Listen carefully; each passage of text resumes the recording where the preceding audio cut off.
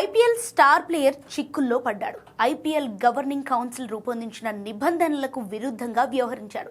దీనికి సంబంధించిన ఓ వీడియో ఇప్పుడు సోషల్ మీడియాలో వైరల్గా మారింది. ఈ పరిణామం ఆ జట్టు కూడా వివరణ ఇచ్చుకునే పరిస్థితికి దారితీసినట్టయింది. దీంతో అభిమానులు కూడా ఆందోళన వ్యక్తం చేస్తున్నారు. అయితే ఆ ప్లేయర్ ఎవరంటే కగిసో రబాడా.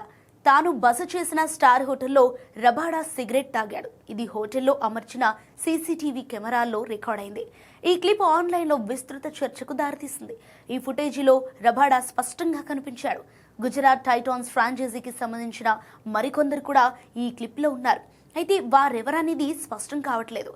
అయితే ఈ వీడియో ఎప్పుడు రికార్డ్ అయిందనేది తెలియరావట్లేదు. ఇక దక్షిణాఫ్రికాకు చెందిన రబాడా ఈ సీజన్లో గుజరాత్ టైటాన్స్ జట్టుకు కీలక ఆటగాడు. ఇప్పటి వరకు 6 మ్యాచ్ల్లో 10 వికెట్లు పడగొట్టాడు. అత్యధిక వికెట్లు తీసిన పర్పుల్ క్యాప్ జాబితాలో 7వ స్థానంలో ఉన్నాడు. 22.20 సగటు, 9.73 ఎకానమీ రేటును నమోదు చేశాడు. కానీ తాజాగా ఈ వీడియో బయటపడటంతో రబాడా గత చరిత్ర కూడా వెలుగులోకి వచ్చింది.